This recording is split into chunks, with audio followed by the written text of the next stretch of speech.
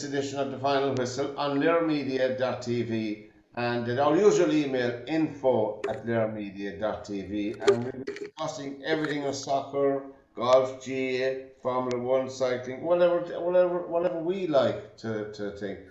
That's sport related, I should say. Good evening, Anna Moore, and welcome. Good evening, Pat. Good evening, Derwynne. Hey, Anna. Good evening, Derwynne. Nice to see you again. And you, Pat. We're going to start off with soccer. There's a bit of news here and there. I mean, an awful lot of news around the soccer has to do with transfers and managerial appointments.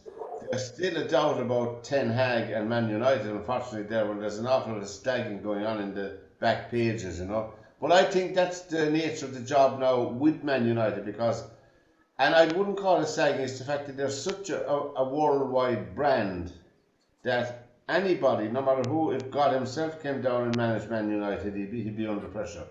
You know, He'd probably buy less Dutch players, but yeah, one of our panelists here said Ten Hag for 10 months. That's right. That was Chris last time. I do believe that he's going to have to. The players are going to have to work with him. The last two managers and the interim manager, we kept saying it was the. What was that manager? The Dutch manager. Do you remember, Derwynne? Yeah. They were saying, they didn't want to play for him. Yeah. But they got another manager, they didn't play for him. Then they got an intern manager, and they didn't play for him. I think it's too many big names, and they're not playing as a team. I don't know. That's my impression of them. I think it'll be slightly different without Pogba there. So I think Pogba was a bit of a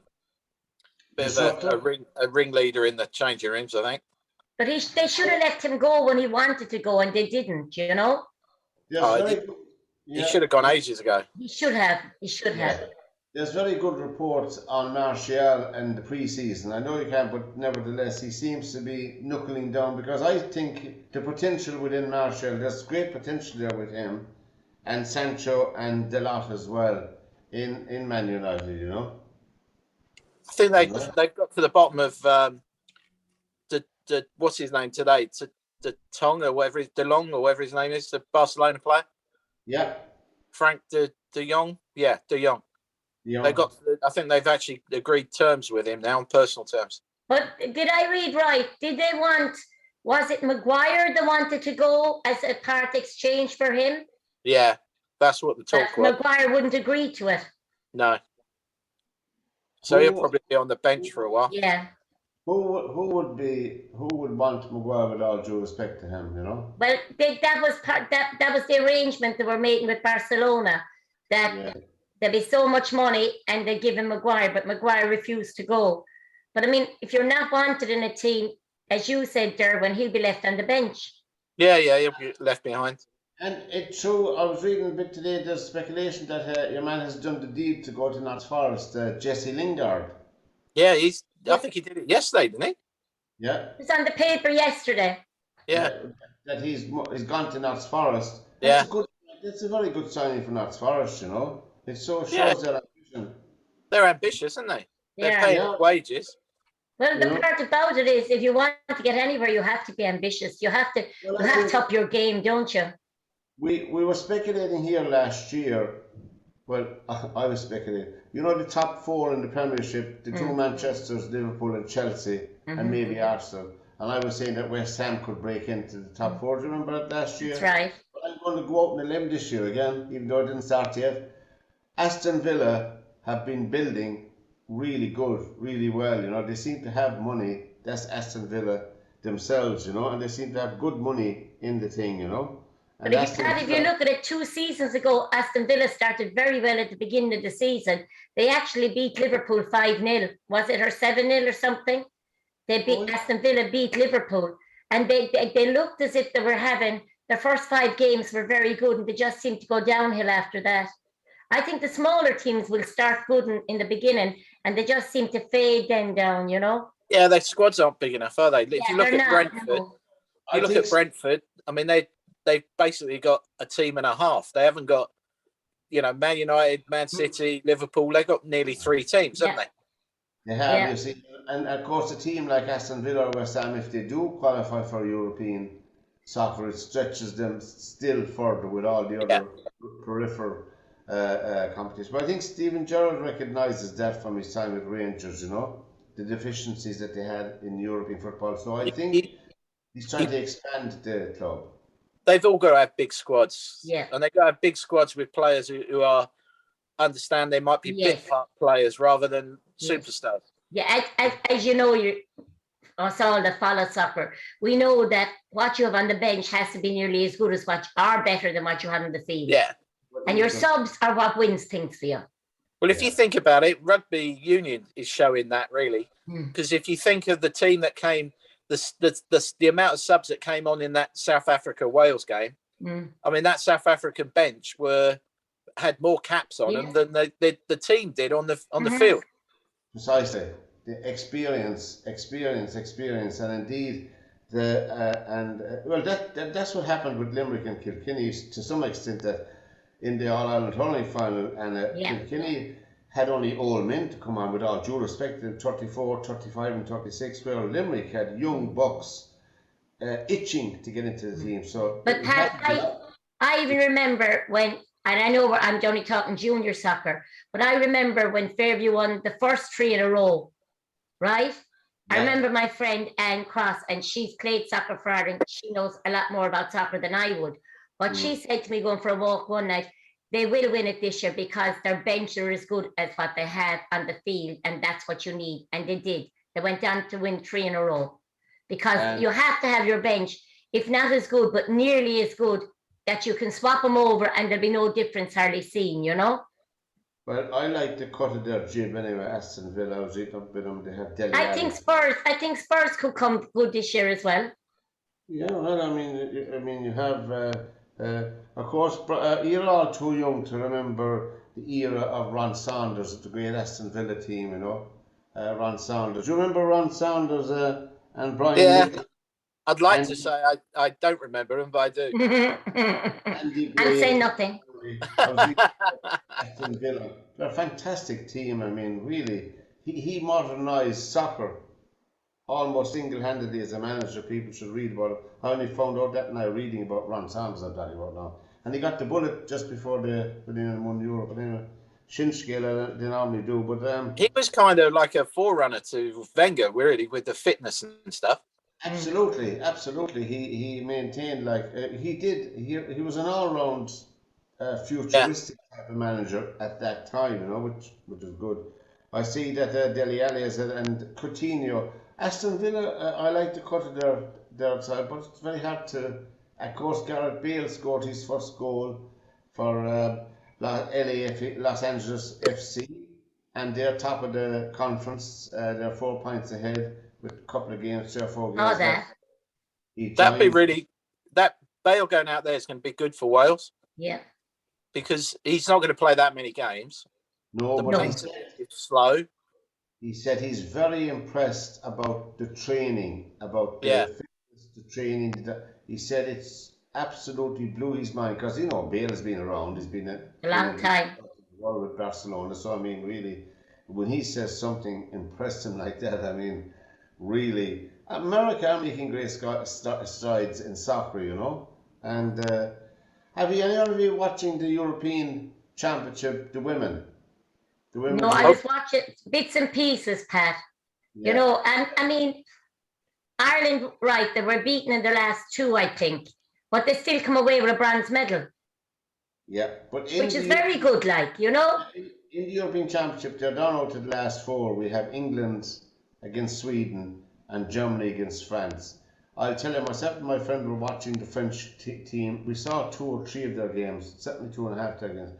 There's a player up front for them. Cascarino is her name. Is her surname? Oh, Tony Cascarino. Tony Cascarino. She's no relation because we checked it out. She's no relation to Tony. So sorry about that, lads. We can't claim her. But I'll tell you, she's a dynamic, energetic player and skillful. Oh God, she's something. So lads, watch France and Germany. Watch this little girl. It's not little girl. Cascarino. It's a but I have to say, the team I was talking about, I apologise, it wasn't the senior team, it was the under-18s. Oh, yeah, the under-18s, That's right, yeah. That's right, they did that. But that's France and Germany, and England and Sweden. England are playing Sweden. And you know, Derwynne, were you ever there on that? I was never there, I must admit. Two of their games are played in Rotherham United's ground, you know. And the pitch in the stadium are just fantastic, you know. There's hardly a bad stadium now over here. I mean, if Brentford's new ground, it's unbelievable. I mean, it's stunning. If you look at White Hart Lane, if you look at Emirates, I mean, there's two teams in the Premier League that actually need new stadiums, and that's United and Liverpool. Liverpool are actually extending their ground at the moment, you know. And I know maybe they might need a new ground to go to, but I think if it's not Anfield, you don't feel it's Liverpool, you know. No, when I say a new ground, I mean just upgrade that stadium. Yeah, but they are at the moment. They're upgrading it at the moment. They're putting a bigger, I think it's a stand. They're putting a bigger stand on or something. But there's a lot of work being done there at the moment. Because they're outdated now, those two stadiums. And if you look at even Forest's ground, it has been sort of renovated over the years, and it's looking really good. It is. But Rotherham United impressed me on the television. The whole look of the stadium. What is it? 14,000 capacity, but it's just fantastic. I just must compliment them anyway. You know, when I saw it on television, I was very, very impressed. If you look at Sheffield's ground tomorrow night for that England game, yes, I mean that's looking amazing. Is that who are they playing in the Sheffield United? Is it? Yeah, Sheffield United. Yeah. Yeah, my friend. But I was even in Coventry's ground a good few years ago, and that was amazing as well, because I thought when I went to a small place like Coventry that I'd actually see, you know, downgraded kind of a stadium. But I was very impressed with it. When I far from the days when you need a pair of Wellingtons to go into the ground. Yeah, when you know you'll be destroyed. You want your good suit on you anyway. Going to a soccer match. Derwynne, would they get grants to do up from the FA in England or the government? Would they get grants to do their stadiums up, or would it be on their own money? It's all down to their own money. Yeah. I mean, if you look at what Levy's done with Spurs at Tottenham, there's actually one single bar that goes around the whole ground. Wow. It's just one bar. There's no one bar here, another 100 yards or 50 yards up. There's another bar. It's one continuous bar, and they even worked it out to do with American football. Really, but there's no queuing up. You're talking about soccer, and to me, bars and that don't wear it with me. As long as the ground and where they're playing is first class, that's all that'll bother me. Right, I'd like a drink when I go there, but it wouldn't actually bother me, that part of it. No, if you see the new grounds now, that hospitality part, that's just amazing. I mean, the beer, they worked out the beer for an NFL game, because they've got NFL now rather than Wembley. They nicked it from Wembley. They don't want queues because you can take beer into the grounds at NFL. So they even created their own way of serving a pint. So it's got a false bottom on the glass. So it fills from the bottom upwards rather than... I actually saw those. And that takes like 4 seconds to create a pint. They've even got their own brewery, so they're not even importing it. They're actually growing it themselves. I actually saw that. I was in Sheffield at the Boxing Academy, GB Boxing Academy, and we went to this. It was like a country pub, myself and one of the coaches. And it was the first time I've seen it. They put a pint on this silver roundy thing on the bar, and next thing it starts filling up. Yeah. I was amazed by it. I really was. So there at Spurs. So Spurs got 60,000 in on a Saturday. There's no queuing up. You're served within about 3 seconds of being at the bar. That's fantastic. And also, just as we're talking about movement of players, were you surprised, or did it get you by surprise, Derwynne? I put this to you, that Sterling went to Chelsea, from Man City. I think he probably knew that he was going to become a bench player for Man City. Why didn't Man United come in for him? I think he probably wanted to come back home as well, come back to London. Yeah. You know, he's a Wembley boy. I don't know whether it was him, but there was someone during the week said, and now I can't remember the name, lads. It could have been certain that he'd never play for United. He played, no, it wasn't him. I can't remember the name, but whoever it was, they would never play for United, but they played for City. But they could never play for United. And it was a big star, you know. And I said, well, fair play to him. And he wasn't from Manchester. Take that Liverpool scarf off, will you, Anna? Please. Do you remember? Never, Derwynne, never. Did the Slaw play for the blue and red? Say that again. Dennis Slaw, didn't he play for blue and red? Yeah, he relegated United in 75, was it? 75, 76? Yeah, that's right, yeah. It was his goal that relegated United in the end. That's right, yeah. Jeepers. Anyway, you're with us here on the final whistle on nearmedia.tv. Tell all your friends about us. Press the red button on the right hand side to subscribe to our channel. And thank you to all the likes as well. And we appreciate them and share it with all your friends. We're just going to move along to golf a bit. I was watching Brooke Henderson. I was watching it online on YouTube. They're fantastic coverage on YouTube for the Evian Championship, I must admit, you know. I was up early because for some reason I had to get up early one morning. There had to be a reason because I wouldn't have gotten up otherwise, so there's no point in slagging me about it. And since, as the man said, since you were up and standing up on your own 2 feet, you can't go back to bed again. So I was watching. It's only for a half an hour. I was watching the golf. I thought it was just fantastic. I really thought. There's a girl she was playing with, I forget her name now, she's from America, she was doing her up. Nelly Corda had briefly held the joint lead one time, but she went down the leaderboard. But the course looked magnificent to me, you know. Unfortunately, our own Leona Maguire finished way down at the end of the field. I think she was +2 or something, but she won $1.2 million or something like that. That's Brooke Henderson. Her sister was on the bag, and her mother was at the thing as well. It was a real family affair, I thought. I just thought it was very refreshing to watch it, you know. When you look at the British Open, Derwynne, you were at the British Open, there was a few remarks in the golf now, and you'll be like me now, we know nothing about golf. But since Derwynne is here, I meant to ask him, storing up a few questions. One of the commentators, Dottie, you know who I'm talking about, she's Dottie Pepper? Yeah. Yeah, she's just fantastic. There's no bull with her. She just explains things very well to people like me who are watching it, who doesn't know what's going on some of the time. And she said, I saw her there in the last 2 holes. She was talking about Nelly Corda. I don't think she's bringing her club face back far enough after the shot. What was she talking about there, Derwynne? It's like three-quarter swings. So they're making three-quarter. A lot of them are now turning into three-quarter swings. So they're trying to keep the ball more in play. And at Evian, you would do that around that golf course. But it didn't help her that way because her ball was going off to the left. Yeah, what happens if you shorten your backswing, quite often you'll get what we call a bit wristy. You get a bit handsy. So you haven't actually moved the club back far enough.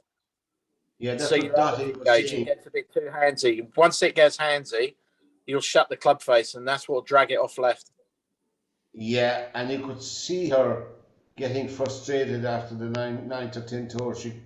I don't know whether she knew what was happening. Do you know what I mean? You get befuddled as a golfer. You're concentrating on so many things that if something like that goes wrong in a major way, it shows off the rest of your game. Because she missed an awful lot of short puts as well. I'm talking about Nelly Corda. Brilliant. Derwynne, what has just out, as Pat said, I don't know a lot about golf, but I'm just talking about women. What way is women's golf? Is it improving a lot? You know, is it up on 50% par with the men, or would it be more than that? And what way would the money be? The ladies' golf is really good. If you said to me, like, so let's say at Dare Manor, you're local, you've got a ladies' tournament coming up, and you've got a men's European Tour event coming up. Go and watch the ladies' one. Don't watch the men's one. Even for men, for club golfers, because their clubhead speeds and their movement of the ball and is much more related to what a club golfer will do than what the boys tour players. They are so far advanced. Yeah. And the ladies tour is really good. It's great golf. The only trouble with it, it doesn't get the TV audience. Therefore, you don't get the sponsorship level that men's golf will get. And it's not reflective about their ability. It's just the hard fact that no one really watches it. But I think, Derwynne, it's not just golf. That's all female sports are the same. You know, Keep saying we need equality, gender equality, but the females aren't actually getting female equality. Maybe it's because they're not as good as their counterparts. I don't know. No, it's not. That's what people think. I don't think that, but people might.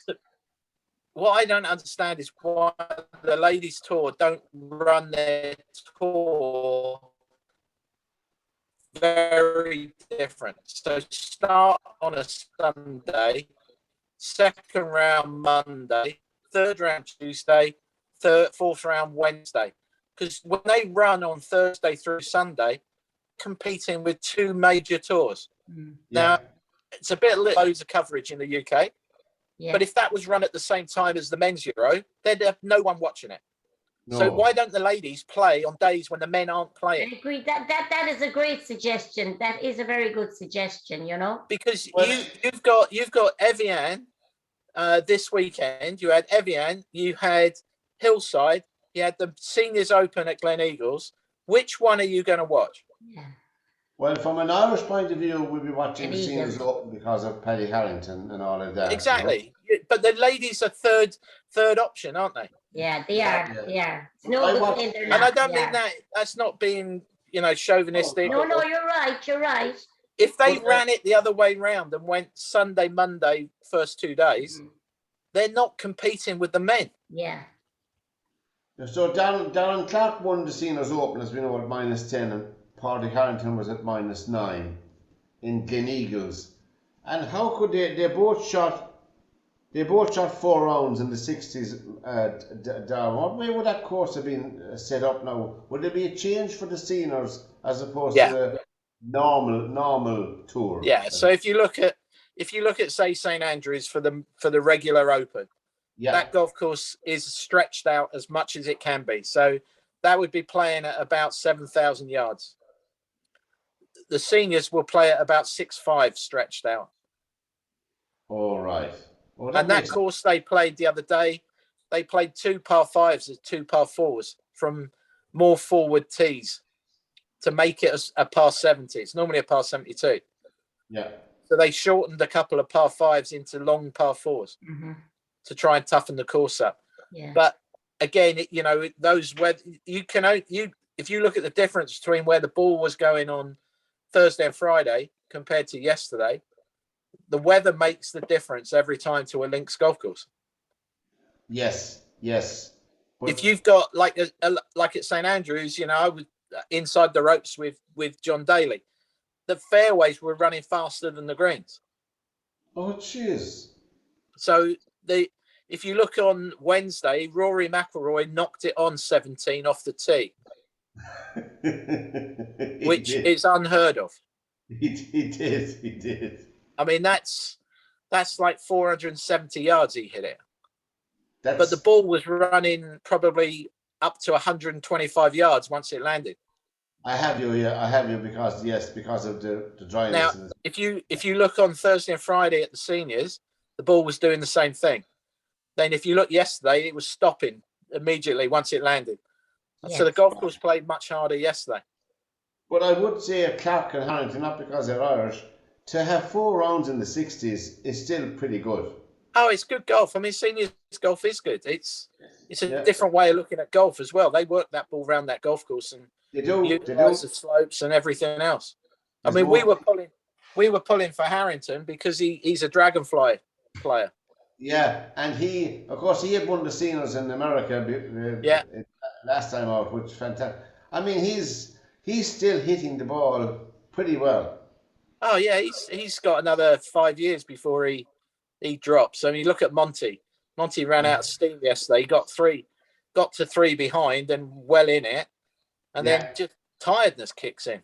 Yes, yeah, but he was well up there, the leaderboard in Montgomery, and Langer was still there. I mean, Bernard Langer is one of the most amazing men to me. Like, I think he might have been. He's just mentally really strong. I mean, he still thinks like he's 25. Yeah, and he was still in the top 10 or 15, in the top 15, I think he was, as far as I know, which is, I mean, it was in the 1980s he won that Masters. Was it 84 or 85? I want to, it might have been 86. He won after Lyle. I think Lyle won in 85. Yeah. So that was our golf, and really Live Golf, the second Live Golf, the third Live Golf tournament now is coming up the weekend in New Jersey, is it? Yeah, Bedminster, Trump Bedminster. And will that be? And of course, the final Live Golf is in. They're out at Miami. Yeah, Miami. But this one coming up now, the weekend coming up, is the same format as the other two. Yeah, but just a bigger field. Yeah, and there was speculation, and there still is. Of course, there's speculation around all the players now. Cameron Smith, who won the Open, it looks like Hideki Matsuyama as well.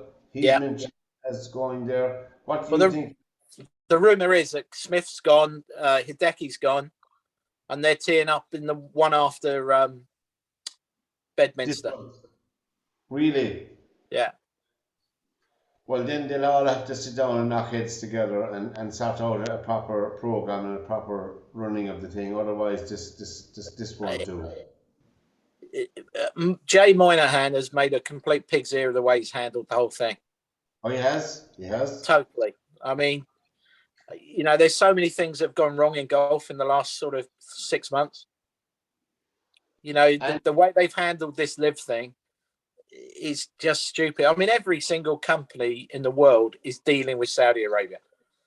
To make a big deal about it being Saudis and their human rights, you try and tell Coca-Cola not to be in Saudi. Whatever you may think of the President of America today, the fella that's there, he was recently in Saudi Arabia trying to do a deal for oil. For God's sake, what are the ads? As you said, Derwynne, what are the ads? But Derwynne, you tell Coca-Cola and Apple not to be in Saudi. Is there a split there? Are there two fractions there now?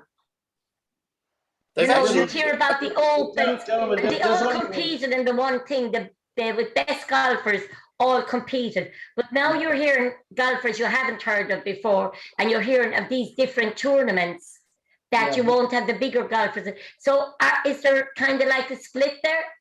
Well, the problem there's definitely a split, Anna. Yeah, I mean, you've got guys who are, if they pull in Cam Smith and Hideki, and that's the floodgates starting to open. At the moment, they're pulling in players that look like they're just gone over the hill a bit. And I don't mean that disrespectfully, but no, I know what you mean. They're on the other side of their golf life. Yeah. And the money side of it, at the end of the day, I'd play on the motorway if the money was right. It's as simple as that. Golf pros are mercenaries. Play for money. But that's their livelihood. Yeah. But didn't Live Golf expose the fact that there's only really the PGA Tour? And where the tours have gone wrong, instead of incorporating it and saying how could we wrap it up into our stuff, they've gone the complete other way because first of all it doesn't affect us. It's a Mickey Mouse thing. Suddenly there's loads of insults being thrown out there. You've got the PGA Tour leader, the CEO, whatever he is, chief exec. He's throwing insults out like there's no tomorrow. You've got the RNA joining in with not inviting Greg Norman to the Champions dinner, asking Phil Mickelson not to come to the dinner. We can't stop you playing, but don't come to the dinner. If it's not a big deal, why are you reacting the way you are? Yeah. And they're very famous golfers, like. Oh, they are. Yeah, if you're going to let them play, then they should be invited to the dinner. But they've won the Open; they should be invited. Yeah, it's the end of story. Politics, whatever. to me, that this whole thing's got completely out of hand because they treated it like this isn't real. Now they've suddenly going, oh my God, there's some big players leaving. This is real, but they've shut the door. Well, there's no doubt. In reality, they should have kept the door open. They did. They shut the door. It's the DP owns the European Tour, right? Yeah. The DP Tour is a Saudi business. Now, you tell me, how on one hand can you take the Saudi money for owning the tour, and then say to your players, you shouldn't be going there, it's dirty money? How does that work? I sent an email to Ian, what's his name? I forget his name. He's the golf sports writer at the BBC. Ian Carter. Ian Carter. An interview. Yeah. Did you ever meet him? Ian Carter. Did you meet him, Derwynne? Did you ever meet him? That was Ian Carter from the BBC. Yeah, Ian Carter. Yeah, Ian Carter. I like his writer. He writes a lot on golf. He's a golf correspondent. I'd like to just have a chat with him anyway, and get his impression of this, And obviously, I don't know really. There's a lot of dishonesty going on in golf about that, as you said. There's a lot of insults, and really, it has to stop. And people should get a bit of common sense together now, Well, certainly Rory McIlroy want to stop talking about it soon, because he's doing all the stuff. There's the same thing in every sport. It isn't just golf. It's every sport. No, there's bigger things. There's bigger things. There's bigger things in the pipeline coming in for. Yeah. There's much bigger things coming. Yeah. We have a few more sports to touch briefly before we, as we go on the final whistle on theirmedia.tv. info@theirmedia.tv is our email, and thank you. And press the red button to subscribe to our channel. Over the weekend, we had our the second All-Ireland semi-final for the big ball this time. Kerry prevailed again. They won their 38th title in senior football. Sam Maguire, they were playing Derwynne for the Sam Maguire Trophy. Now, for those people who don't know who Sam Maguire was, it's called after Sam Maguire. He was a Church of Ireland patriot from Dunmanway in County Cork. That was Sam Maguire. He was responsible for recruiting Michael Collins and all those people into the IRB way back in the turn of the century. So that's who Sam Maguire was. You can read about him, you can Google him, whatever, That's what the trophy is called, after Sam Maguire. Of course, he's native Cork, where I come from myself. Haven't won the Sam Maguire that many times, unfortunately, so it didn't do the county much good that it's got back, They only won it 6 or 7 times, I think, in their whole history. But anyway, since and Galway, of course. Anna, did you see the football? I saw some of it, and I was listening to the rest of it, Pat. Yeah. I thought Galway the whole way along, but you knew Kerry were going to come in the end. When you look back at the Limerick game, and you look at the game, it ended the very same way. Limerick took over in the last quarter, and Kerry done the very same. It did. And to see Pat Spillane that afterwards, and he crying, I thought that was lovely. But that's what Gaelic is about. It's about families. It's families. And Derwynne, in case you don't know that about JA, they're all amateurs. They don't get paid. Right. And they give their time every bit as much as soccer players and rugby players. Yeah. But these give their time, like the Limerick team, like all the lads, But it was a fascinating, I thought it was a very fast game of football.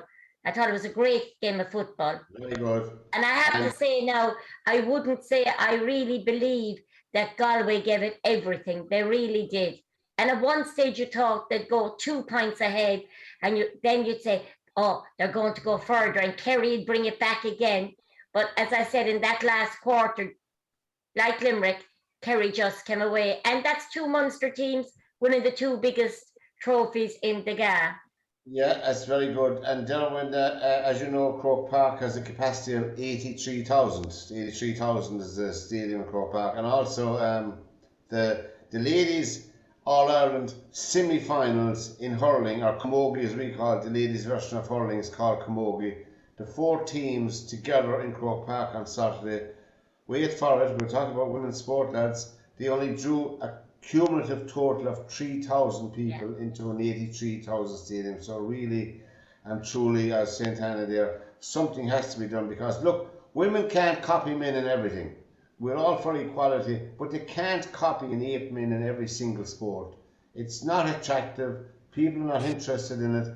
That's the harsh, pure. I think that's an awful thing to say, Pat. I think that's dreadful. Yeah. I do, Pat, because I'll tell you why. If you had a minor game on there, you wouldn't have the crowd in there either, Pat. Well, it's a big game like that on. No one goes in until about an hour, half an hour before the game. Be honest. No, but it doesn't matter whether it was women. What I'm talking about is on Saturday, the whole day was given over to the two ladies semi-finals. Oh, you're talking about Saturday. I thought you were talking about Sunday. I apologise. Saturday, they only got 3,000 people in to see Cork playing Waterford and Kilkenny playing the All-Ireland champions Galway in the Camogie. Only 3,000 people came into the match. That's very sad. Again, as I said, we're fighting, and we're not fighting. The government, every sporting body is fighting for gender equality. I've done courses in gender equality, but no matter what we say, there are certain sports where the physicality is not the same. Boxing is not one of them, because I watch the female boxers, and most of them are better than the males. They do no holding. They're more. They do more boxing, and you wouldn't. I tell you, if you saw two boys getting into ring or two girls, once their helmets are on, you would not know the difference, because all of it is so on par. But the rugby, I don't know, but and the golf and that I can't talk.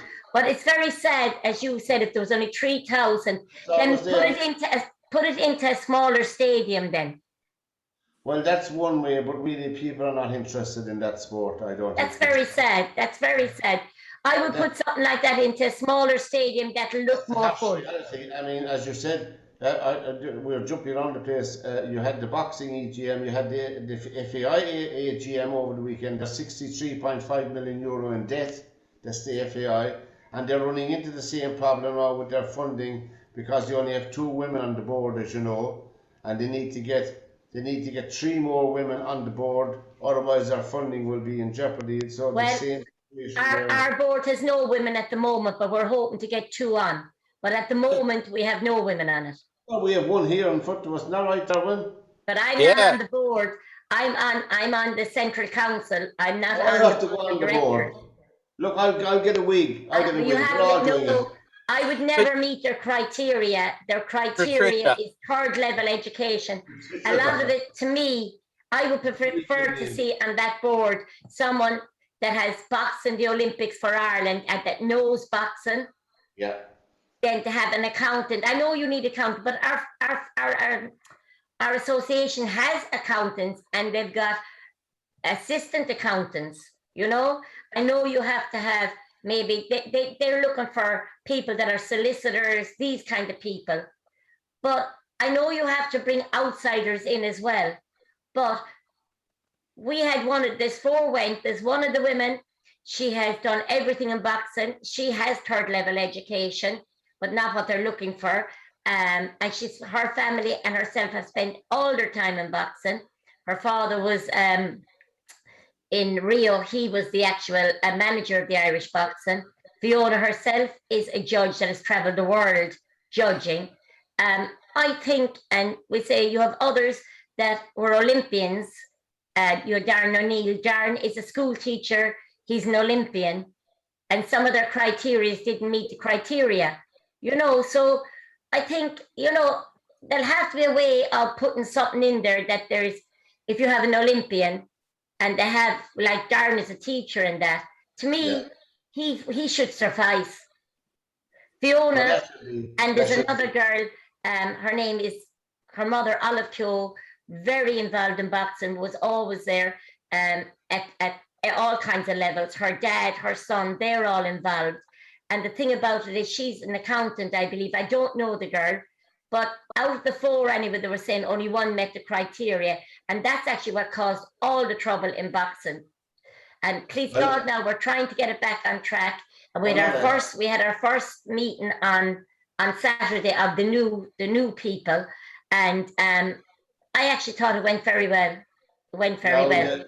And the FAI are grappling with that as well. I dare say it's something that you have to But get. as you said about money, Pat, we have as we call them, junior cadets, which be school by school girls, were training up there to go to a Europeans, and all of a sudden there was no money there to send them, and people were looking to raise money, and that clubs of you can't do it that way, Pat. If you start that, it's a thing that will go out of control, and every other time they say, oh, well, you done it once, do it again. But thank God, on last Wednesday or Thursday, the money was made available for them. But it is costing 69,000 to send the team, which is a lot of money. I know that. But the kids have to start. They're Irish champions. They deserve to go. And thank God, whether it's the new committee that came in that got it, or they came on board with it, at least the money is there and the team will be going. It's not a lot of money in the grand scheme of things anyway when you look at 63.5 million of debt and you're looking for 70 grand to send people to the boxing tournament. Formula One. It's not just a boxing tournament, it's a European championship, you know, and the school by school girls always bring back a lot of medals for Ireland. We have a few more short things, lads. Max Verstappen won the Formula One, the French Grand Prix. Well, he's going to be champion again, except he has an accident of some sort. Hamilton had a credible runner-up, but I think he's on his final season. I'd say Derwynne, Hamilton in Formula One. I'd say he's going to retire after this year. You know, by the look of things. You know. He's young though, isn't he? Now in rugby, dementia and all of that, as Ray said, there's 185 players in Britain, in Wales and England mainly, and a few in Scotland. We have an action coming up. They're preparing an action against the world body of rugby, against the Rugby Football Union, and against the Welsh Rugby Union. People like Thompson and all of them. Now they're not blaming those, and people should read the thing. It's a big long article, and it's desperately sad reading, lads. What is it about, Pat?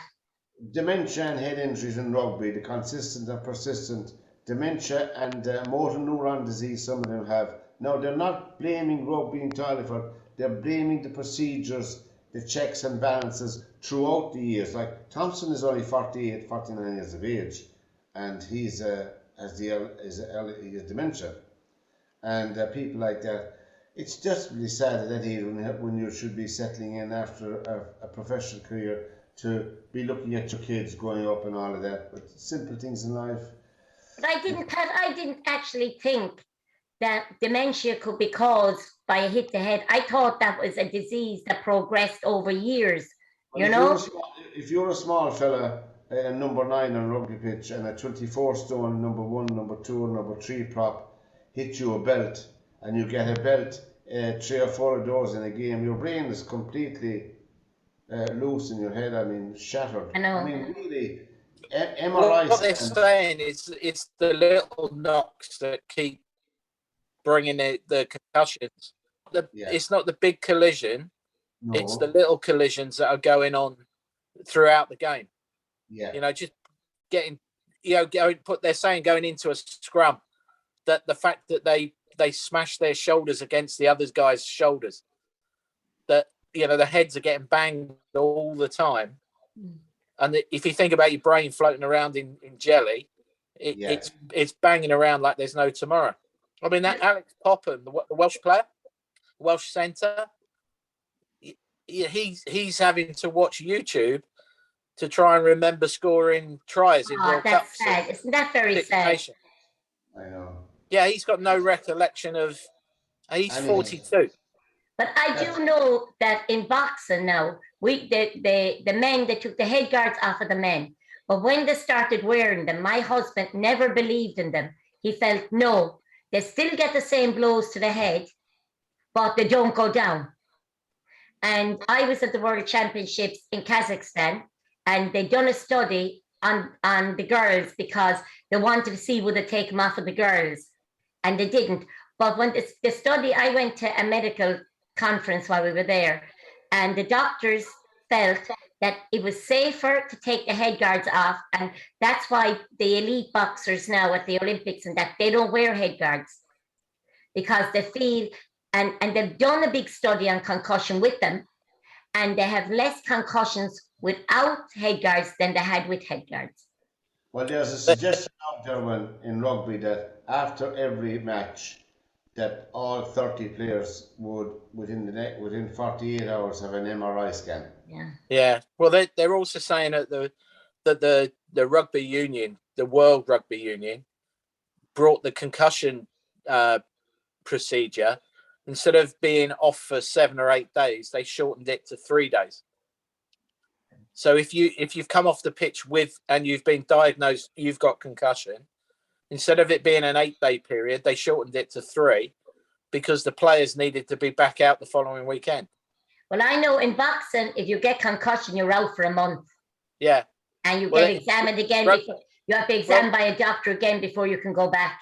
Yeah, World Rugby had it 8 days, and then they shortened it to 3 because the professional game said we can't do without these players.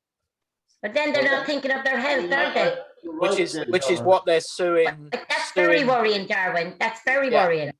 Yes, it is indeed. I mean, that's an old nonsense, Derwynne. I mean, really, goodness. There's no way in 3 days that you're going to be cleared of concussion. No way. You know yourself if you ever played a game and you were genuinely concussed. But I think the rugby players as well, their contracts are when they play, not part of the squad. They get like a basic, but if you play, you get a bonus. So the players are going, yeah, I'm ready, I'm okay, because they want the money. I think the bonus should still kick in because concussion isn't your fault. It's the fault of the fact that what happened. Played. But again, you're talking about a professional era of sport where they've got money, but they haven't got the money like football's got. True. So again, you're chasing down peanuts really, but the players, that's what they're getting paid. Now we're looking at, of course, the Tour de France is over again for another year. Anybody's who are interested in cycling? I didn't follow it much this year because I didn't get to see hardly any of it. Actually, I didn't see it. I used to love that. I didn't see it this year, Pat. Jonas Vingegaard from Denmark won it, and he the reigning champion was in second place. And our friend Thomas from Wales, Taffy from Wales, he was third, Derwynne. Did I get the accent right there? It sounded really good if you're from Kazakhstan or something. It was quite a good impression. No, I worked, when I was working in London in the 70s, I worked with 3 or 4 Welshmen. Oh my God, what a time we had. If you think the Irish are good at drinking, you should go to Wales. But Pat, you know what I'm really looking forward to? The Commonwealth Games are starting on Friday, and I'm really looking forward to that. What is it? The Commonwealth Games. I can't do this athletics because they're all on something, aren't they? I'll be looking at the boxing. You think they're all on turtle soup, Derwynne, do you? They're all on something. My daughter was telling me that there's no programs whatsoever on BBC from the start of the day to the finish. It's Commonwealth Games. Oh no! I'm really looking forward to it. I would watch the athletics. I watch anything. But then I don't you notice it, Les? The World Athletic Championships were on over the week, and they're finished now. They were on in Eugenie, in Oregon. Home of Nike. Girl done very well. The girl from Limerick done very well. The home of Nike, who uses sweatshops all over the world to make their products. People might be talking about live golf. Well, there you go. Did you see what Michael Johnson said about the 100 or the 200 yesterday? No. So 8 out of the 9 runners in the 200 meters final all broke their personal best, and the first 3 I think all broke world records in the process. And he thinks that the clock was totally wrong because basically 8 out of the 9 all broke personal best records. And he said that doesn't happen. You get 1 or 2.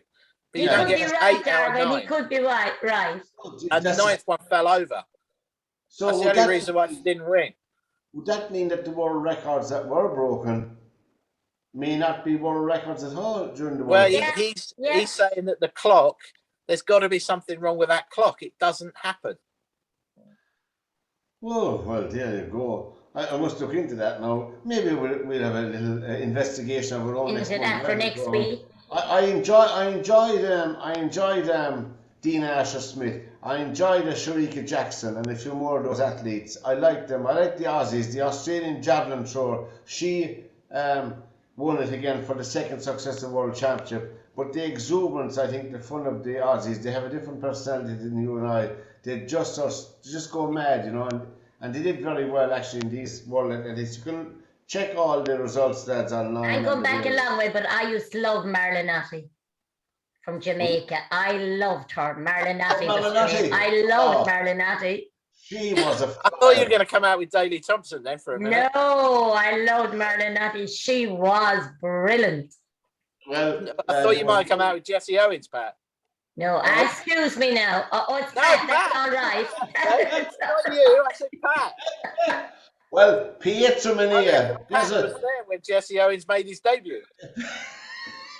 Pietro Mania was my man. Pietro Mania. You can look him up tonight. I just love that man. Italian. He's a fantastic runner. And of course, your man from what was the last British fella that won the 100 metres? Oh God, he's from Scotland. Linford Christie. Alan Wells. Alan Wells. Was he from Scotland? He was, yeah. And lads, did you see last week the story on what's that? What was his name? The guy, was he from Wales or something? What was his name? He was a great runner. Was Mo Salah? Mo something. What was his name? Mo Salah. No, it's not Mo Salah. Oh, jeez, I can't think of his name. He was a great runner, and he ended up that he was illegal in England for years and years, and that's the name he went by. What? Lynn David. No, no, Mohammed Farah. That's him. Lynn David. That wasn't his name at all. He was from Sudan. Yeah, and that wasn't his name. He was brought in illegal. Oh, Mo Farah. He was from Somalia. Farah, yeah. Somalia. That was a great story. Yeah, he was trafficked. He was. That's right. Is he giving back the medals, Derwynne? No. And they gave him citizenship as well. I'm only joking. They couldn't after the honour that he actually brought England. They couldn't do that to the men. No. I'm surprised you guys didn't claim him. And now, be nice, Derwynne. Be nice. He's been to America. He's flown over Ireland, so he must be Irish. Yeah, he left the passport top out the plane, but it landed on the Iron Islands. No one living there now. But he was. The Premiership is beginning when? When is the date? Around the 12th of August, is it? I think it's around the 12th of August. 3 weeks' time, 2 weeks' time, Derwynne is starting. 2 weeks, isn't it? Yeah, about 12th of August, around then. We want you to know who's the top four this early before we see any matches. And I think that Liverpool and Chelsea, City will be the top two. I'm only being honest. I think Chelsea will be there. Man United, I don't know. I can't. I'd have to see them playing first to know it for the first 4 games. I think ask us that again after the first 4 games or 5 games, and we'll tell you. You know, Ten Hag keeps buying Dutch players. And Derwynne, he keeps buying. Hang on, he keeps buying Dutch players. Why? Yesterday he got confused. He'd seen a sign in Manchester saying Salford Van Hire. And he asked his assistants. I've never heard of that one. And where's he playing? You like that one? That's very good, Derwynne. I've been saving that one up. So do you think that your beloved Man U will be in top 4? I'm going City, Chelsea, Man United, Liverpool. Wishful thinking, Derwynne. Wishful thinking. Well, I think Man City obviously will be up there on top 4. I think Man City. I think Man City probably win it again. I think it'll be very tight again with Liverpool and City, I'd say. I think Man City and Liverpool will be up there. I think after that, I think Chelsea will be there as well. I do. Probably will. I think after that, I'd say it would be a toss-up between, we say, United, Spurs, West Ham. I don't think West Ham will. You not think so? No, I think Arsenal could be there. Man City, Chelsea, Liverpool, and Arsenal. Oh, okay. I don't know now.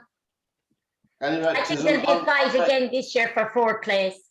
We are on record, lads. We are on record. We'll be looking back at this around Christmas time. We'll have to keep out this at the end of this show. I'll stick with mine.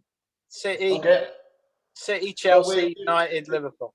I go Liverpool City, Chelsea, and go on. You know you want to say it. Go on. You can say it. Go on. Anyway, it won't be Ten Hag for 10 months. That was just a joke at the start of the show, lads. Okay. So from Derwynne, from Anna and myself, till we meet again, lads, next one tonight. Take care. Night, everyone. Night. Take care, lads. Bye-bye.